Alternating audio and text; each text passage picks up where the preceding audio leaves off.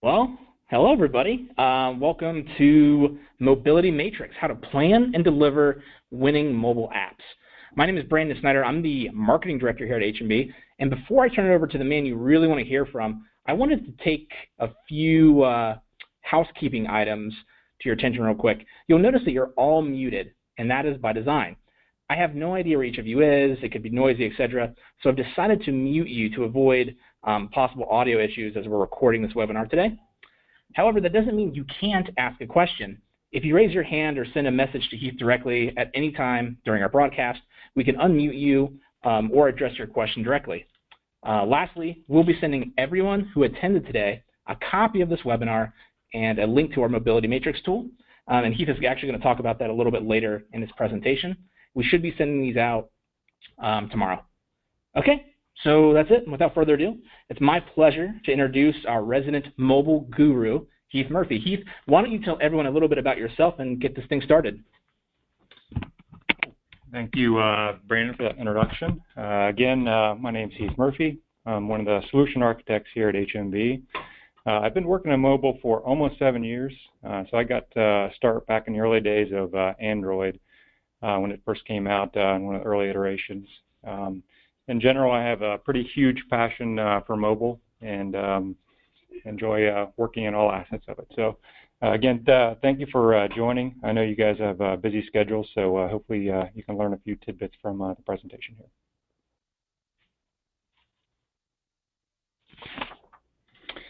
All right, so start off with some of the key objectives we plan to cover here. So we've got kind of the mobile landscape. We'll talk about mobile web versus responsive web versus mobile app, kind of give a definition of all three of those and how they could be useful in your business. We'll talk about all the different platforms and their various tech stacks. We'll jump into current development strategies. So what is native, what's hybrid, is cross-platform implementations important for you as a client? We'll take a particular deep dive into Apache Cordova, which has been pretty successful for us at HMB. So what is it and why you should consider using it at your location? And finally, we'll finish up with some success stories. So recent HMB projects that have been helpful to clients solve real business problems. These are all within the last 6 to 8 months, all three of these projects. So relatively new projects here.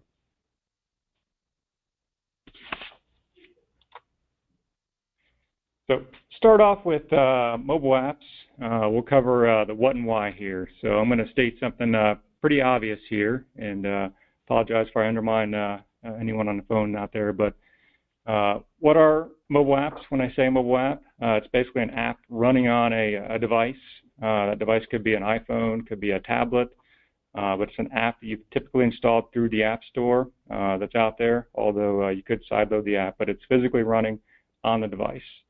So let's contrast that to apps that run on desktops, so any software app that will run on a Windows machine, versus web apps, which run in a browser and are served up by a web server. So when we say mobile apps, we're talking about apps that are physically installed on the device. But the interesting point is the line blurring. So if you think about like Windows 10, right? So we've got one operating system now, both desktop and mobile. Is it a mobile app? Is it not a mobile app? It's kind of blurry there. Also, when we talk about responsive web design, so when I say responsive, I mean a web developer creates a website that responds to the device it's on. So whether it's a phone, a tablet, a desktop, a high DPI, desktop, it'll respond to that environment and act accordingly and even change behavior. So these are all things that the line is blurring a little bit when we say mobile apps. For this purposes of today, we're talking about those physically installed on the device.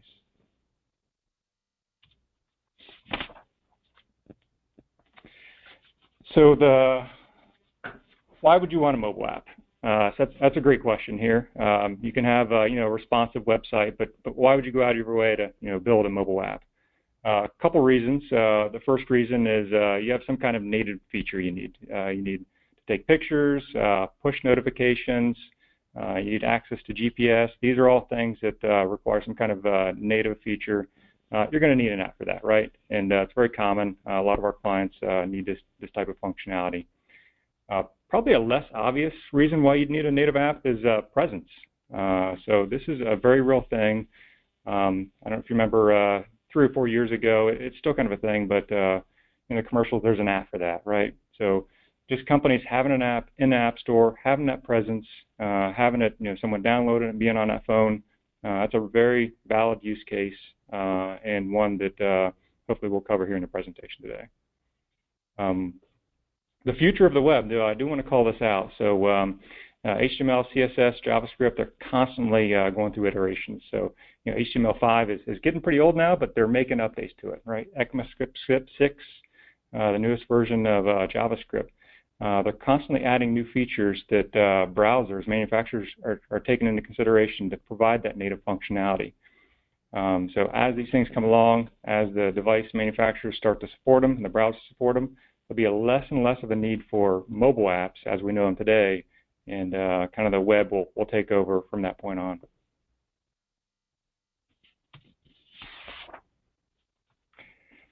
So what's the mobile device landscape look like out there? So it's a tough proposition to say, I want to support everything, every single operating system, every single device type. It's tough, it's hard. If you look at what's out there, what does your app need to do?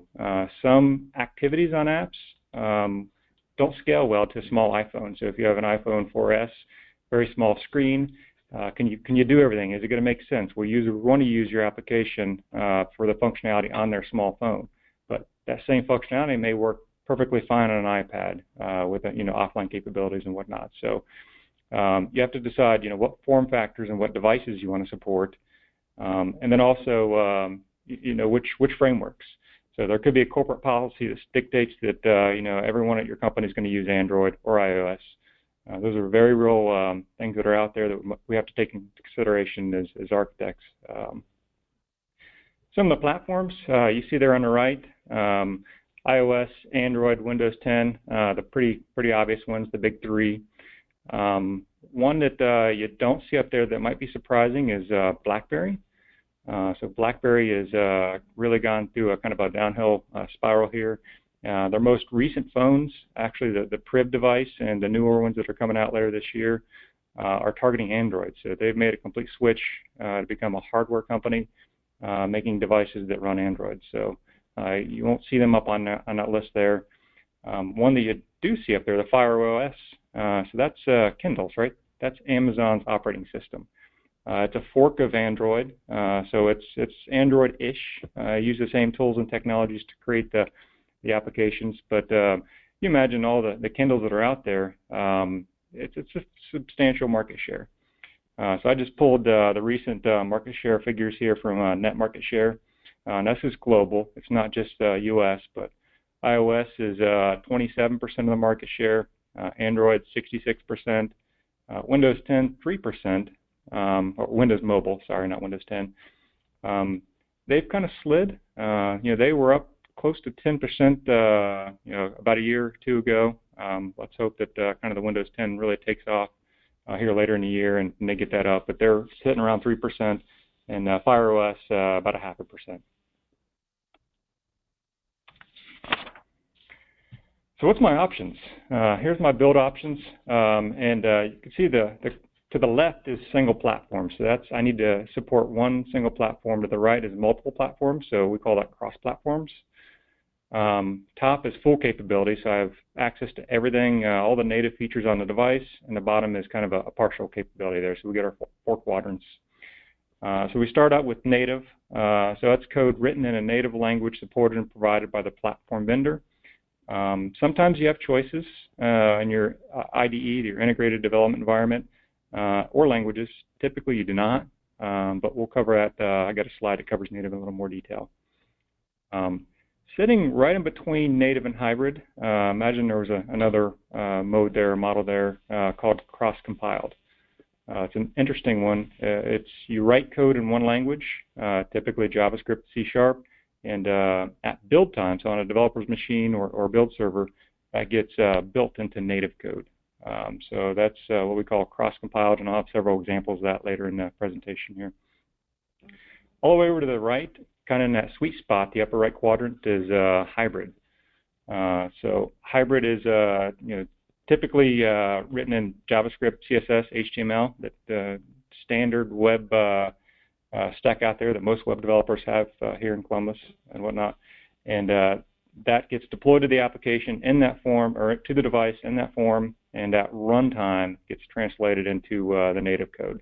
So it's a little bit different there. Cross-compiled build time, hybrid apps, more of a runtime thing in real time.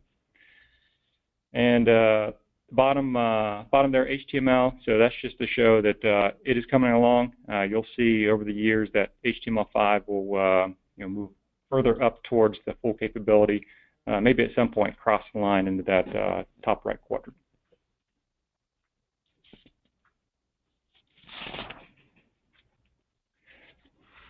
So let's talk a little about our native approach here. So we've got three main tool sets that I'll be covering today: Apple and iOS. So that must be compiled using OS X. What that typically means is your developers will have a MacBook Pro or have some kind of cloud service out there that'll build their application. No way around this, guys. It's iOS is Apple's thing, but it must be built on an OS X box. Developers do have a choice in language, though. So they can choose Objective-C, kind of the older syntax, or the newer Swift, which is where most companies are going now. And you build that using the Xcode IDE. Android's pretty open. They're pretty flexible. It's Java, so it'll compile on any system that supports Java. So Windows, Linux, Macs. It's kind of open out in and out there. And IDEs, so you can use Eclipse, NetBeans. They have multiple choices there for your IDEs. Lastly, Windows 10. So UWP stands for Universal Windows Platform. They're typically written in C#, although you could use JavaScript to write your application, and they're built using Visual Studio on a PC. So what's some of the pros and cons here? So the pros is you get the full functionality of the device at your fingertips. Every single feature that the manufacturer or the platform vendor meant for you to have access to, you're going to have it with native, right? It's there at your fingertips. New features are generally available sooner. So there's a new version of Apple that comes out, typically in the fall, or iOS that comes out in the fall. Apple will release the SDKs. Sometimes developers will even get access to them earlier, so you can get ahead of the game and start working in Objective-C and Swift pretty immediately. So that's definitely a pro. Typically faster. So you got to imagine, the software vendors out there creating these IDEs, creating these software packages for developers to create apps. They're going to be optimized, right? I mean, you're running the native code in that native environment, so typically a little faster. Some of the cons, and probably the biggest con, is it's not portable, right? So if I want my application to run on Apple, Android, Windows 10, I'm going to write it 3 times, and that's just the way it is. That's how it works. And that means development's expensive, right? So if I need to support all those, now I'm supporting 3 different code bases. And moreover, look at the developer rates out there. It's really hard to find iOS developers in town that aren't already engaged in other projects and whatnot. So they're kind of rare. It's much more difficult to find a native type developer than it is to find a traditional web developer.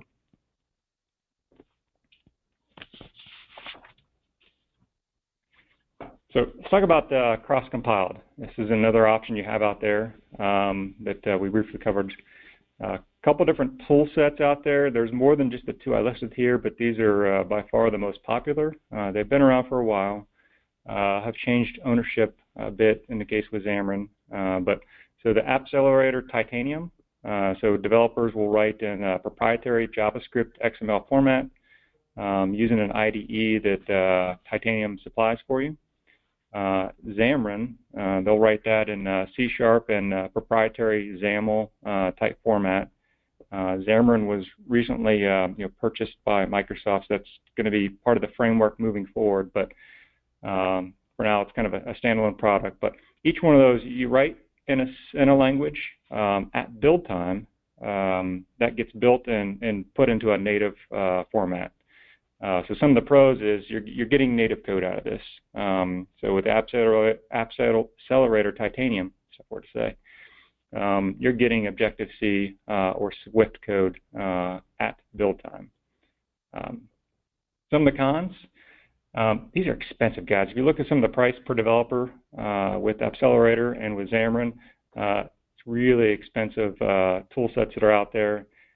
They're kind of a niche. It's hard to find developers. It is C#, it is JavaScript for these, but it's not real JavaScript and C#. It's not the same web skill set that you take a web developer off the street and set them down in front of it and tell them to make a web page. You've got to really understand the libraries, understand how the code works. So it's kind of a steep learning curve. So you get almost into the same cases where you are with native applications where it's kind of a niche market and you got a few developers out there that kind of know this. The third bullet point there, there are just fewer examples online. It's not as prevalent as native applications or hybrid, which we'll talk about next.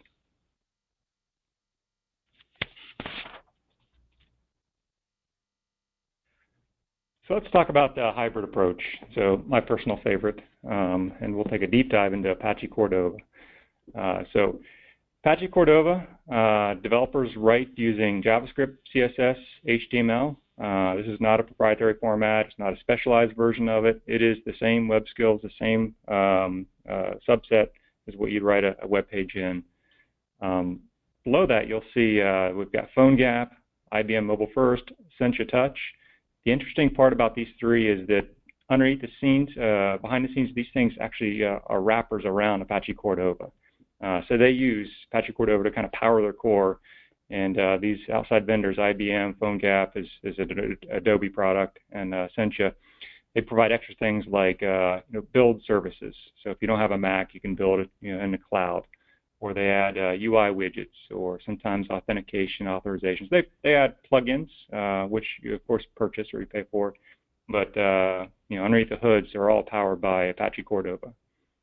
So what's the pros? You got web developers, right? So you can use your existing web development skills to build these. It's going to make it cheaper, right?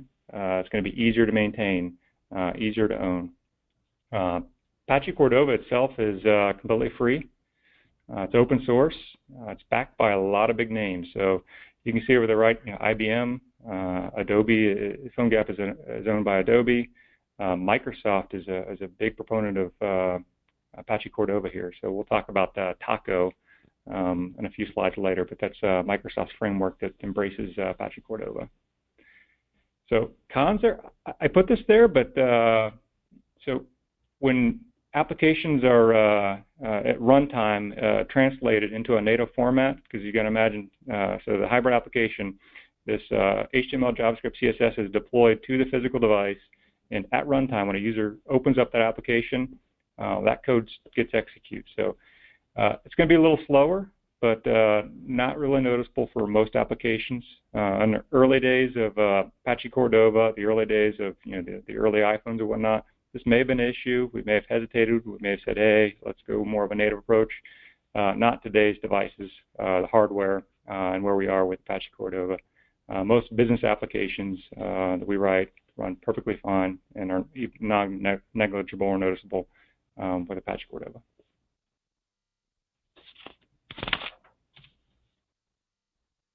So let's take a deep dive into Apache Cordova. So this is an interesting backstory. Some of you have probably heard the term PhoneGap, and you think PhoneGap and Cordova are the same. It's kind of funny that they used to be. So the history is PhoneGap was the open source platform and the company. It was acquired by Adobe, I want to say 2010 probably, maybe it was 2011. Adobe donated the code base to the Apache Foundation. Apache then renamed it to, gave it the code name of Cordova, which they do with all their open source projects.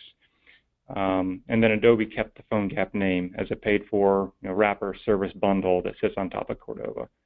So that's kind of the history. But if you look at PhoneGap today, they keep up a version, maybe two versions back of Cordova, kind of to power them, underneath the hoods. I mentioned already, so Cordova, developers utilize existing web skills, JavaScript, CSS, HTML, not fake versions, not yesterday's versions, today's versions. As long as that the vendor, the iOS, Windows, or Android keep up with their mobile view, their standards, we support it. It's part of the Cordova platform. Cordova packages up all of this code into a native application that runs basically in a web view. So we call this packaging up the shell, right? So it's the native shell that then finds the JavaScript, CSS, and HTML that a developer writes and runs it kind of at runtime. So native functionality. So if you think about JavaScript, CSS, HTML, there's nothing real native about that. This is taken care of with plugins. So there's a rich plugin system with Cordova. There's hundreds, probably even thousands at this point. Cordova's been around since the early days of web, 2008, 2009. So there's many plugins. Pretty much anything native you need access to, or would need in the future, can be have a plugin written for. All right, so bear with me here. It seems like a pretty complicated diagram, but I think this really sums up kind of what Apache Cordova is architecturally and behind the scenes. So hopefully you can see the mouse there. So we've got the top here, this big yellow box. That's the Cordova application. So that's the piece that gets bundled up and put into the shell, let's say, put on the app stores, so you have it on the Play Store, the Apple App Store, and gets installed onto the physical device. It's made up of a couple parts. So the top left here is the web app. So a developer is going to be working almost all of their time in this area here. So you can see we have our HTML, JavaScript, CSS. We have resources. So everything that the application needs to run, so if you think about images, fonts, all those resources, videos and whatnot, if you need them, they get bundled up and packaged with the application inside of the web app shell.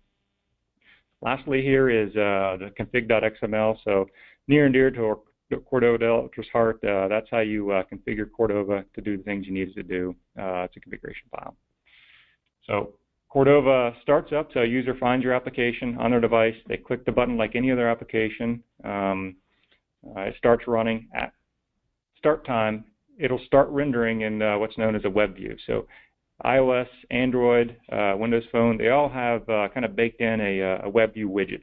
So if I was writing native code and I wanted to have a web view widget, I'd drag and drop it onto my design platform, typically point it to some kind of website URL, so Amazon, your website, your company's website, and it works like any other web view and renders that web page. A marvel here, the guys that thought of this, back in 2008, 2009, why not point that to my index.html file that's local? And that's exactly how Cordova applications work. It points to that, starts executing your JavaScript, CSS, the page is rendered, everything's running local. It's like having a little mini web server on the device. Now let's say you need access to some kind of native functionality. You need access to the camera, the device, contacts. How Cordova accomplishes that is something called a plugin. So you install the plugin, and within your code, it's a JavaScript API that you use. You call that JavaScript API. At runtime, Cordova intercepts that JavaScript call, goes out, calls the correct plugin code, which then goes to the mobile down here at this bottom part, the mobile OS, and does whatever native feature it needs to do, access the camera, sensor services. So everything's done through a plugin system. It's a really marvelous architecture, and it's come a long way, and it's got a lot of backing of some very important companies, and pretty cool stuff.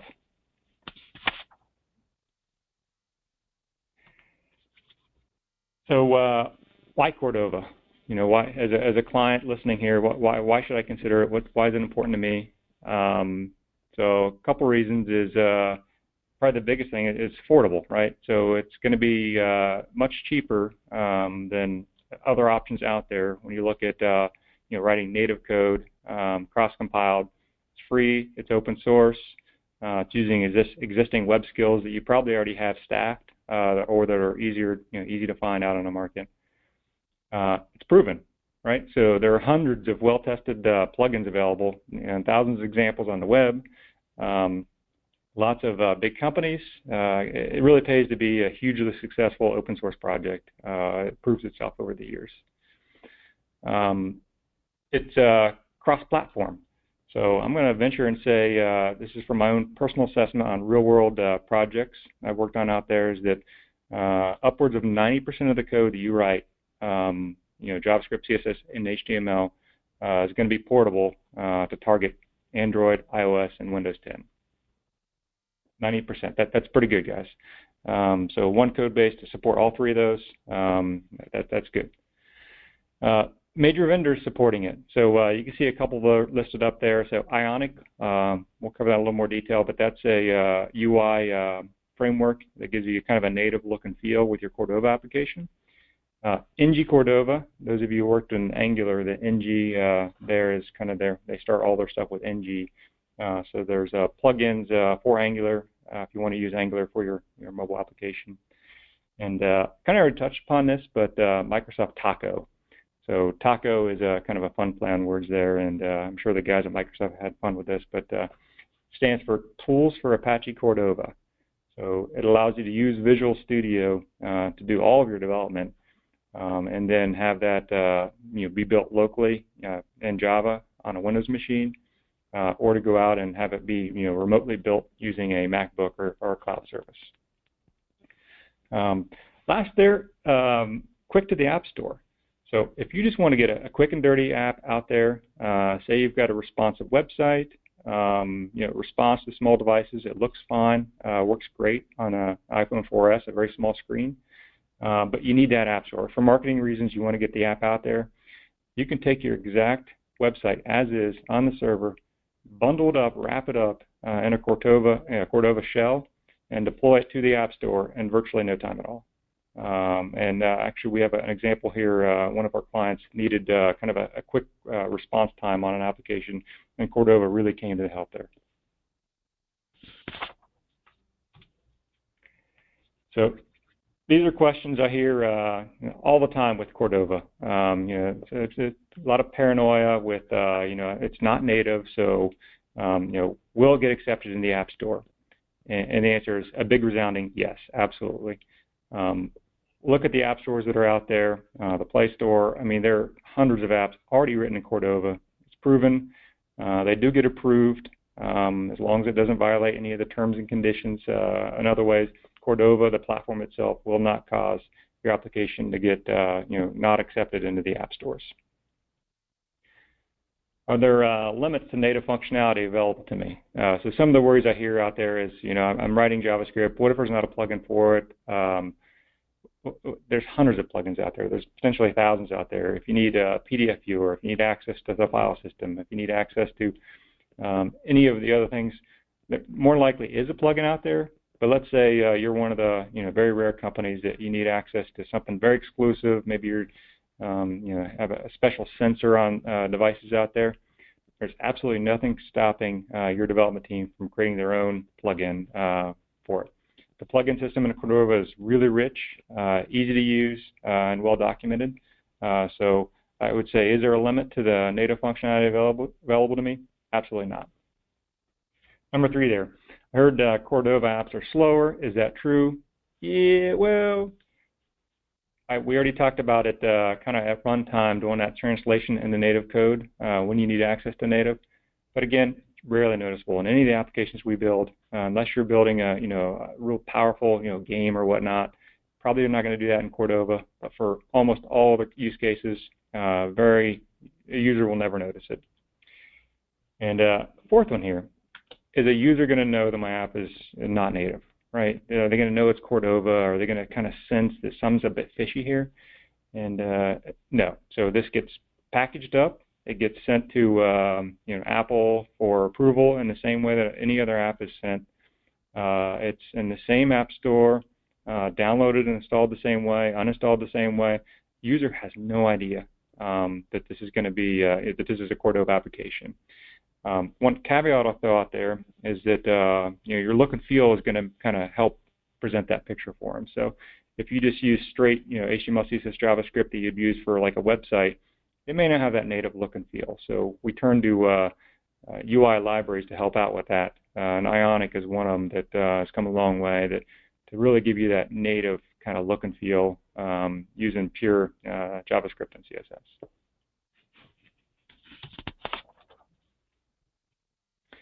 All right, so let's talk about some real-world experience that we've had here. So these are 3 very high-profile Cordova projects that we've completed in the past 6 to 8 months. The AC Lens project there on the left, the cross-platform, is going to make it into the store hopefully here in the next 2 weeks. It's in the final testing periods. The ABB application and the leasing tool are both projects that were completed and are out there. All 3 of these projects use the same exact tooling. We've had great success with them. Microsoft Visual Studio 2015 Taco. So we talked about the tools for Apache Cordova. They all utilized Ionic. So again, it's a UI framework that provides a native look and feel for control widgets. And it also saves developers time, right? They don't have to go out and reinvent the wheel to create a hamburger menu at the top left. It's kind of baked into the Ionic platform there for you. All of them use AngularJS, super popular MV Star model view star framework. And they're all powered on the back end by ASP.NET Web API web services for any of the server-side data that the applications need. All 3 of these applications targeted iOS. The AC Lens application also targets other Android at this point in time and potentially in the future Windows Phone. But one point I want to bring out there, and this is from experience working with the development teams here and getting the applications bootstrapped, is that having a MacBook Pro really goes a long way. It's not necessarily required. You could do all of your builds, your OS X builds, using a build service, web services that are out there. But having one local there really speeds up kind of the development time, so it's a huge time saver.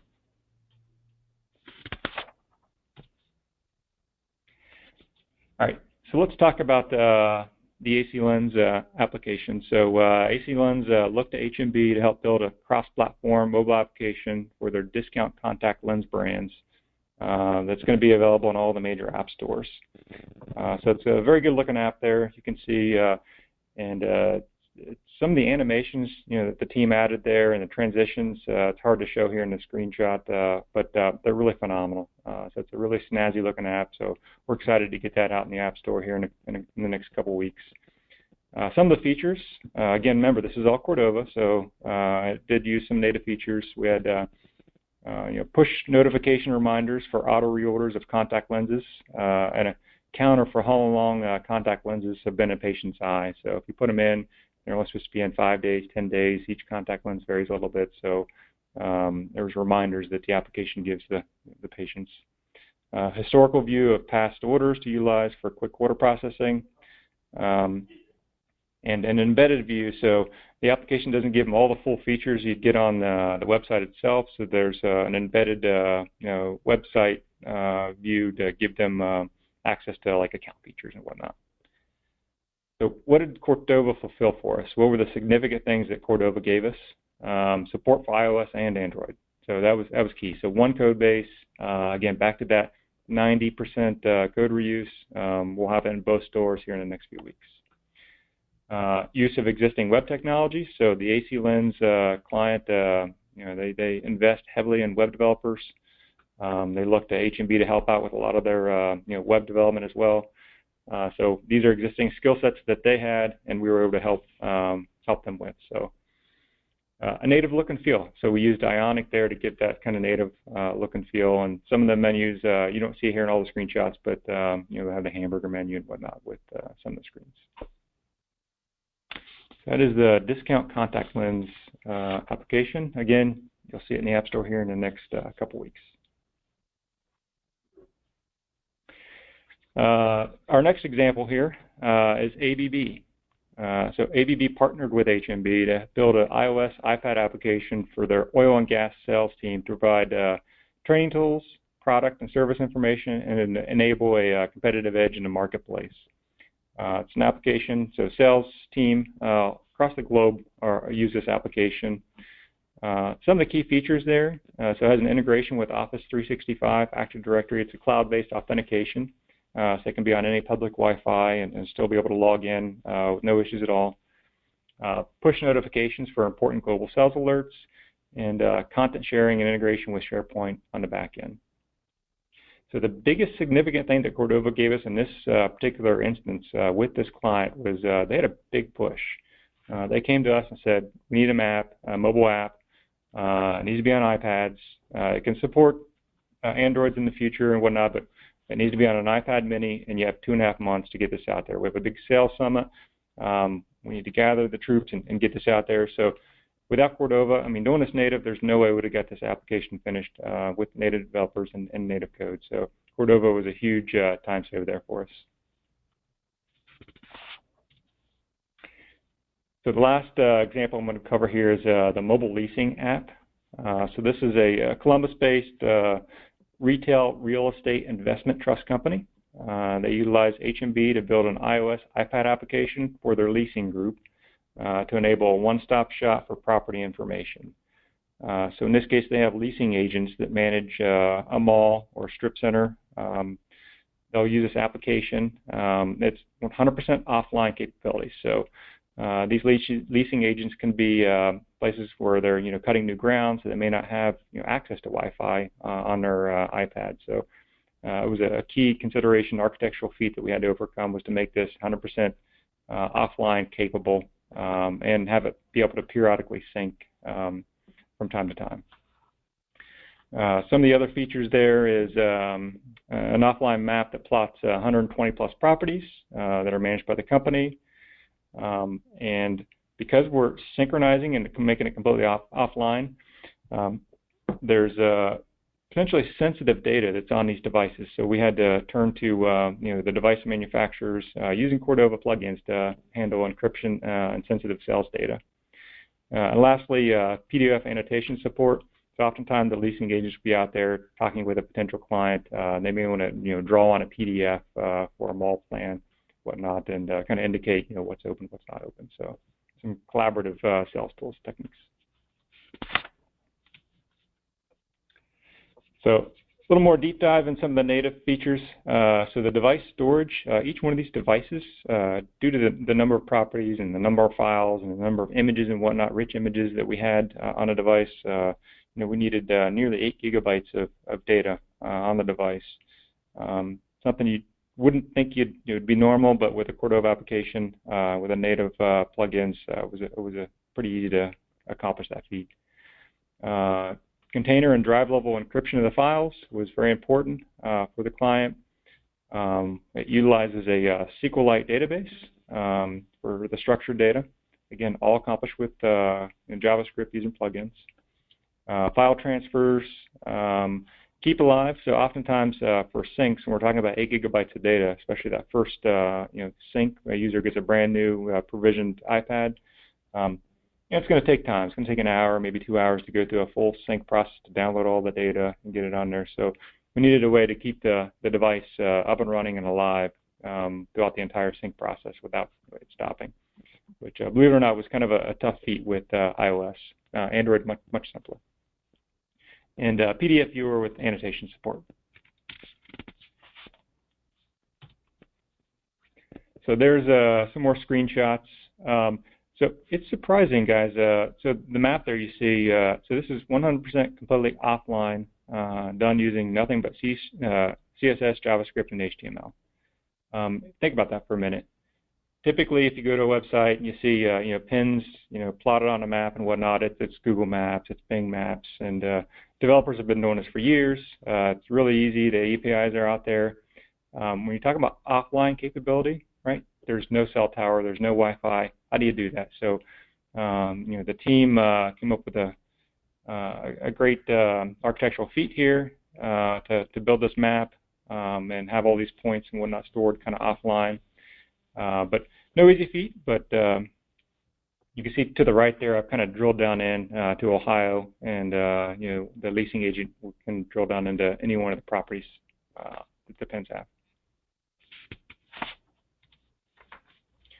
Rich search capabilities. So on the map, as I type at the top, the pins dynamically show or disappear based on filtering criteria.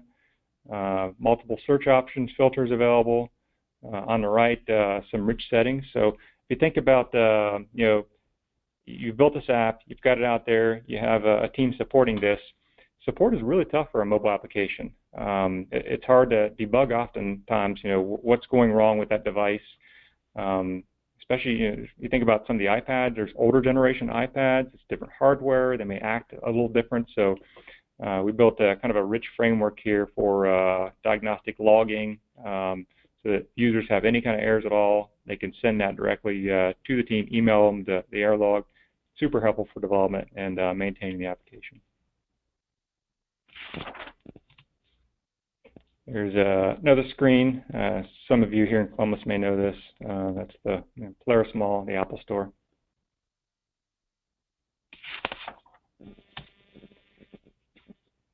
So what were the results? So the company realized the savings, the client realized the savings of $149,175 by using Cordova over a native iOS approach. So that's not a misprint, that's exactly what you see there. It was a substantial savings by going with Cordova over a native approach.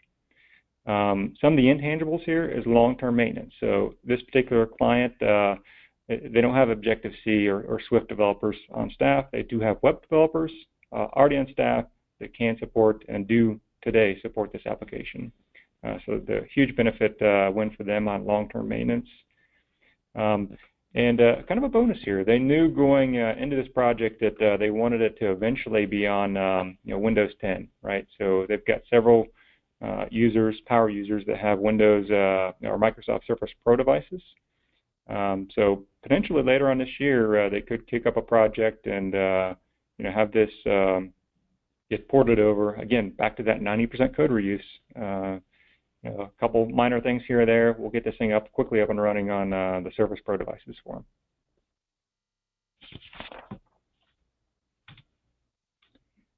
So that is all I have content-wise. I think Brandon will open it up here for questions.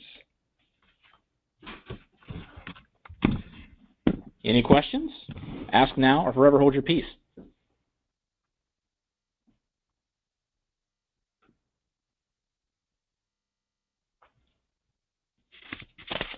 Keith, I'm not getting any hands up. Okay. Yeah. Must have been that good, right? Oh, was that good? Yeah. All right. So real quick, so one more thing. There's a matrix here that we put together, and this will all be sent out to everyone who joined. But it's kind of a decision guide that will help you realize, is it better to go more responsive, more hybrid, or more native? So I recommend you take a look at this and utilize this for your decision making. Yeah, and Heath, for anyone who attended today, we'll be emailing this link out to everyone, so you'll have a direct link to it, and it's a pretty awesome tool. You should check it out. And that's all I have. So I appreciate everyone, again, taking time out of their busy schedule to listen in, and hopefully you picked up a few tidbits from the presentation here. Yeah, if anyone has any questions for Heath following this webinar, you can just email the link you see there, and we will get in touch with Heath, and he'll contact you. And we'll be following up with a copy of this webinar for everyone's record shortly. Stay tuned, and thanks for coming, guys. Thanks.